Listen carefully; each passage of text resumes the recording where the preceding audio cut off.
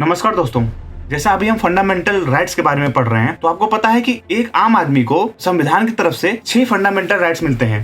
Right to equality, right to freedom, right against exploitation, right to freedom of religion, cultural and educational right और right to constitutional remedies. तो हम अपनी पिछली video में right to equality और right to freedoms के बारे में जान चुके हैं। तो अपने इस वीडियो में हम राइट अगेंस्ट एक्सप्लॉयटेशन और right to freedom of religion के बारे में जानेंगे। और अगर आप चैनल पर नए हैं तो चैनल को प्लीज सब्सक्राइब कर लें। चलिए आगे बढ़ते हैं। तो हमारे राइट अगेंस्ट एक्सप्लॉयटेशन यानी शोषण के विरुद्ध अधिकार, जिसको आर्टिकल 23 और 24 में परिभाषित किया गया है। ये महत्वपूर्ण अधिकार है जो हर नागरिक को किसी भी तरह से जबरन मजदूरी से सुरक्षा की गारंटी देता है। तो अनुच्छेद 23 को 2 भागों में बांटा गया है, जिसका अनुच्छेद 23(1) में है, इसमें मानव तस्करी और भिक्षावृत्ति और बाल श्रम पर प्रतिरोध किया गया है। यानी कि किसी भी इंसान की तस्करी नहीं कर सकते और ना ही किसी से भिक्षा मंगवा सकते हैं। और जो लोग मजदूरी कर रहे हैं और उसमें सरकार द्वारा न्यूनतम निर्धारित राशि से अगर उनका मालिक उससे कम राशि उनको दे रहा है तो वो पुलिस में इसकी शिकायत कर सकते हैं, क्योंकि ये भी जबरन मजदूरी की श्रेणी में ही आएगा। अनुच्छेद 23 का दूसरा भाग इसमें यह है कि अगर सरकार चाहे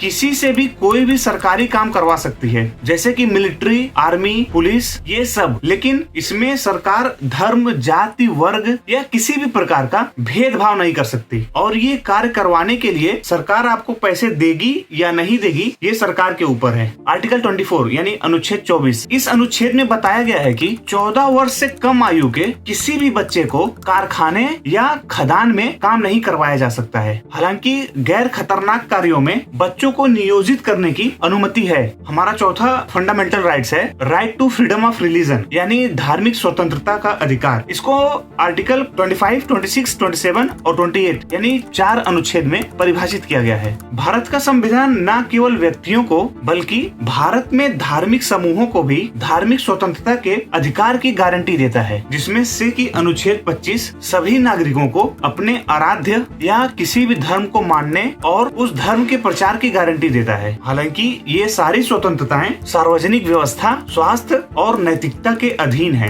हर किसी को अपने अपने हिसाब से अपने धर्म को मानने की आजादी है, लेकिन राज्य सरकार धार्मिक स्वतंत्रता के मामले में कानून बना सकती है। और राज्य सरकार किसी भी धार्मिक प्रथा से जुड़ी किसी वित्तीय यानी फाइनेंशियल, आर्थिक, राजनीतिक या धर्म निरपेक्ष गतिविधियों को नियंत्रित या फिर प्रतिबंधित भी कर सकती है। यानी कि अगर राज्य सरकार को ऐसा लगता है कि ये संगठन उनके द्वारा बनाए गए कानून को या रूल्स रेगुलेशन को फॉलो नहीं कर रहा है, तो राज्य सरकार उस धार्मिक संगठन को प्रतिबंधित कर सकता है। ये सारे अधिकार संविधान के द्वारा राज्य सरकार को दिए गए हैं। आर्टिकल 26 अनुच्छेद 26 यह प्रावधान करता है कि प्रत्येक धार्मिक संप्रदाय को नैतिकता, स्वास्थ्य और सार्वजनिक व्यवस्था के अधीन निम्नलिखित अधिकार प्राप्त होंगे, जिसमें से कि पहला है किसी को भी धार्मिक संस्थान बनाए रखने का अधिकार है। दूसरा, किसी भी व्यक्ति को आजादी है कि वह उस संस्थान को अपने हिसाब से रेगुलेट कर सकता है या फिर यानी कि बनाए रख सकता है। तीसरा पॉइंट है वह व्यक्ति कानूनी तौर पर उस चल और अचल संपत्ति को प्राप्त भी कर सकता है। लेकिन इसमें चौथा पॉइंट ये बताता है कि उस प्रॉपर्टी को कानून के हिसाब से रखना होगा, यानी कि जो भी प्रॉपर्टी वो